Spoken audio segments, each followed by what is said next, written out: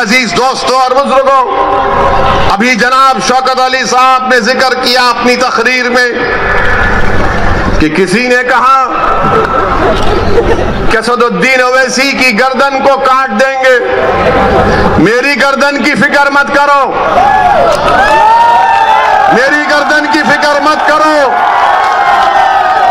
मैंने तो अशहदु अल्ला इलाहा इल्लल्लाह व अशहदु अन्ना मुहम्मद रसूलुल्लाह कहकर अपनी जान को अपने रब के हवाले कर चुका हूं। जन्नत के एवज में इंशाअल्लाह ताला अपनी जान को अपने रब के हवाले कर चुका हूं। वो मुझे खून के लुथड़े से जब बनाया है, जब वक्त आएगा चले जाएंगे।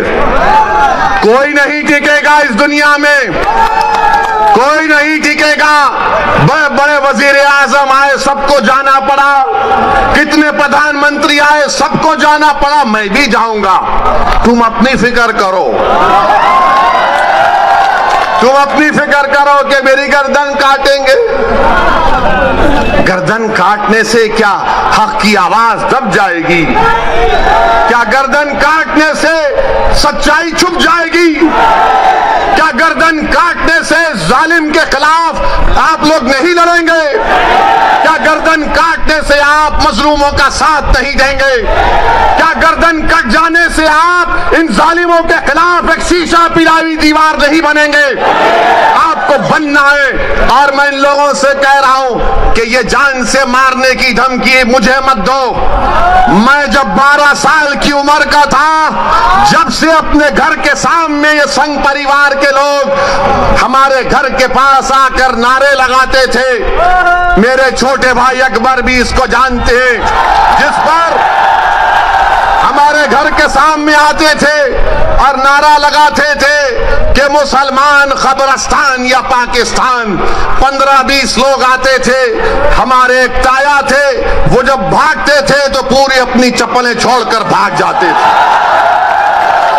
मेरी गर्दन की अहमियत मत करो, भारत की फिक्र करो। भारत असदुद्दीन ओवैसी से बड़ा है। भारत का कंपोजिट कल्चर हमारा कीमती खजाना है, इसकी हिफाजत करो। ये जो धर्म संसद में मुसलमानों के खिलाफ नरसिम्हार की जो बात कर रहे हैं,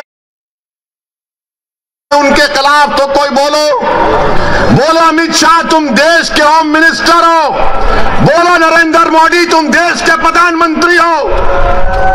तुम क्या मुसलमानों के प्रधानमंत्री नहीं हो? बताओ नरेंद्र मोदी, बताओ अमित शाह, क्या तुम होम मिनिस्टर नहीं हो मुसलमानों के?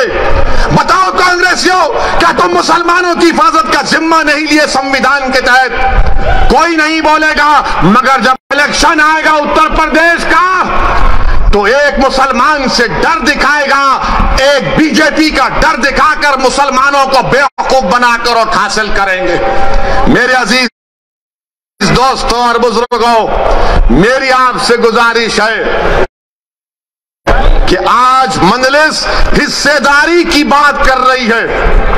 मजलिस उत्तर प्रदेश की सियासत में 19% मुसलमानों की हिस्सेदारी की बात कर रही है। अगर मैं हिस्सेदारी की बात कर रहा हूं तो Samajwadi party, BSP, Congress, BJP, RLD सबके पेट में दर्द शुरू हो जाता है। क्यों दर्द शुरू होता है? वो नहीं चाहते कि मुसलमान बराबरी पर आ जाए। वो ये चाहते हैं कि मुसलमान दरी बिछाता रहे, दरी बिछाता रहे, दरी बिछाता रहे। वो ये चाहते हैं कि मुसलमान दरी बिछाता रहे, उसको बेशर्म किया जाए, मगर उसके मुकद्दर में दरी बिछाना है। मैं तुमसे कह रहा हूं कि दरी अब तुम नहीं बिछाओगे, तुम कुर्सी पर बैठोगे और राज भी करोगे इंशाअल्लाह ताला। तुम अपने मुकद्दर के फैसले आप कर सकते हैं। बरसों आपने समझा कि नहीं कांग्रेस का साथ देंगे, कांग्रेस हमारे मुकद्दर के अच्छे फैसले करेगी। कांग्रेस ने क्या दिया हमको? शहादत बाबरी मस्जिद, हाशिमपुरा, मलियाना दिया। तो कभी हमने समाजवादी का साथ दिया, कहा कि मौलाना मुलायम है, मगर मौलाना तो नहीं निकले। अपने यादव परिवार परिवार को आगे बढ़ा दिया। तो कभी आपने कहा कि चलो इनके बेटे का साथ देते हैं, तो हमको क्या मिला? मुजफ्फरनगर मिला। फिर आपने बीएसपी का साथ दिया, कौन सा हिस्सा मिला आपको? कौन सा हिस्सा मिला आपको? सबसे ज्यादा जेल में आज उत्तर प्रदेश में अगर अंडर ट्रायल कोई है तो मुसलमान है 28%। सबसे ज्यादा कम ग्रेजुएट है तो मुसलमान है 2%।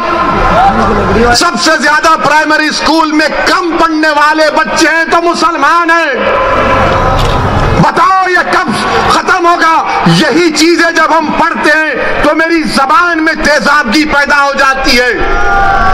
मेरे अजीज दोस्तों और बुजुर्गों, याद रखो मेरी इस बात को, कामयाबी लिखना ये अल्लाह का काम है, तुम्हारे हाथ में नहीं है। अल्लाह अगर कामयाब करना चाहा तो अल्लाह आपके दिलों में मोहब्बत को डालेगा। मगर मेरी इस बात को याद रख लो, अगर नाइंसाफी का आप खात्मा करना चाहते हैं, मैं सहारनपुर की इस मुबारक और तारीखी सरजमीन में खड़े होकर आपसे हाथ जोड़कर अपील कर रहा हूं कि तुमने 60 साल कांग्रेस का, आरएलडी का, समाजवादी का, बीएसपी का साथ दिया।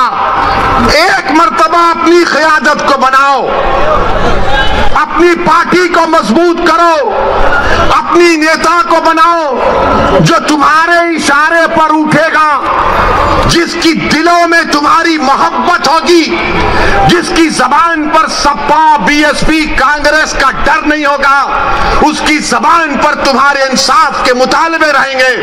वो तब होगा जब आप अपने वोट से मंजलिस के उम्मीदवारों को कामयाब करेंगे और लखनऊ में उत्तर प्रदेश की विधानसभा को भिजाएंगे। लोग उठकर कहेंगे मेरे आज के इस भाषण के बाद कि ओवैसी जज्बाती तकरीर तो करता है, मगर अगर मंजलिस के 8-10 एमएलए विधायक जीत जाते हैं तो क्या होता है? 400 की विधानसभा में मुझे किसी ने कहा था, किसी एक सेकुलर पार्टी के एक शख्स ने पार्लियामेंट में मुझसे कहा था, अरे ओवैसी तुम उत्तर प्रदेश को जाते हो, गरम भाषण देते हो, मगर अगर तुम्हारे विधायक जीत जाएंगे तो क्या होगा? मैंने कहा सर अभी पार्लियामेंट में तकरीर है, आकर बैठिए। उस वक्त हमने कहा आइए बैठिए। बोले क्या बोलोगे? मतलब 4-5 मिनट हम बोलते हैं, बैठकर देखिए मजा आएगा।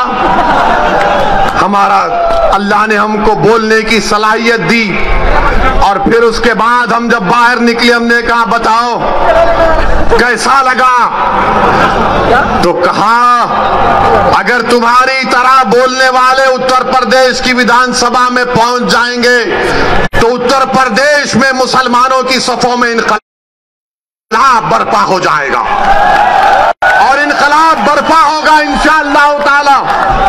इंशाअल्लाह ताला इनकलाब बर्पा होगा, क्योंकि अब तक हमने अपनी जबानों को दबा कर रखा, अब तक हमने अपने दिलों में जो हमारी ख्वाहिशात थी, जो उमंगें थी, जो ख्वाबें थी, उनको दबा कर रखा। मेरे गयूर नौजवानों, मेरे इज्जतदार कौम मिल्लत के बुजुर्गों, उलमाए दीन से मैं आपसे गुजारिश कर रहा हूं कि इन ख्वाबों को पूरा उसी वक्त किया जा सकता है जब हम अपनी पार्टी के सियासी नुमाइंदों को कामयाब करेंगे। कोई उठकर बोलेगा ओवैसी मुसलमान अगर जीतेगा तो क्या सांप्रदायिकता को फायदा नहीं पहुंचेगा? मैं कहूंगा कि फिरका परस्ती खत्म होगी, फिरका परस्ती खत्म होगी अगर मुसलमानों के नुमाइंदे कामयाब होंगे। कोई पूछेगा कैसे? तो दैनिक भास्कर अखबार उठाकर देख लो आप। दैनिक भास्कर अखबार ने लिखा कि उत्तर प्रदेश में डीएम डिस्ट्रिक्ट कलेक्टर 28% ठाकुर हैं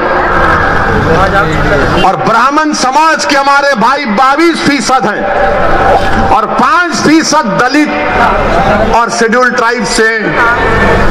कितनी कितनी आबादी में हिस्सा होगा ठाकुरों का और हमारे ब्राह्मण भाइयों का?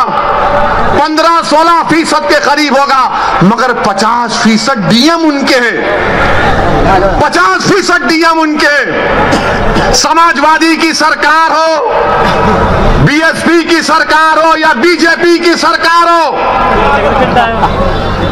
ठाकुर और ब्राह्मण विधानसभा में 25 से 27% नजर आएंगे और 19% मुसलमानों की हिस्सेदारी की मैं बात कर रहा हूं। नहीं, सांप्रदायिकता को फायदा मिलेगा, फिरका परस्ती बढ़ेगी। ये करेंगे तो बहुत अच्छा, ये दूध के नहले में हैं, ये बड़े पाकीज़ा हैं। और जब हम एक मजलूम कौम की इंसाफ की बात कर रहे हैं तो सब खामोश हो जाते हैं। मैं यहां पर हमारे हिंदू भाइयों से भी कहना चाह रहा हूं, असदुद्दीन ओवैसी और मजलिस किसी मजहब के खिलाफ ना थी, ना है, ना कभी रहेगी इंशाअल्लाह ताला। मैं यहां पर हमारे पिछड़े वर्ग के खास तौर से हिंदू भाइयों से कहना चाह रहा हूं, हमारे पिछड़े वर्ग के हिंदू भाइयों से कहना चाह रहा हूं, मेरी बात को आप याद रखो। आपको ठगा गया। हिंदू एकता के नाम पर पिछड़े वर्ग के हिंदू भाइयों से कहना चाह रहा हूं, मेरी बहनों से कहना चाह रहा हूं, आपको ठगा गया हिंदू एकता के नाम पर। और आपको क्या मिला? ठाकुरवाद आपको मिला। आपको ठाकुरवाद मिला। जिस तरह उत्तर प्रदेश के मुसलमानों को सेक्युलरिज्म के नाम पर, समाजवादी के नाम पर वोट लिया गया, तो हमको क्या मिला? हमको यादववाद मिला, आपको ठाकुरवाद मिला। आओ मेरे पिछड़े वर्ग के हिंदू भाइयों, मैं तुम्हारे साथ काम करने के लिए तैयार हूं। मैं तुम्हारे साथ ठहर कर तुम्हारी लड़ाई लड़ने के लिए तैयार हूं। मैं हमारे दलित भाइयों से कह रहा हूं, मैं हमारे दलित भाइयों से कह रहा हूं, अगर आपको यह शिकायत है कि बीएसपी आपकी बात नहीं कर रही है, तो असदुद्दीन ओवैसी तुम्हारी बात करने तैयार है, तुम्हारे खिलाफ इंसाफ का मुतालबा करने के लिए तैयार है।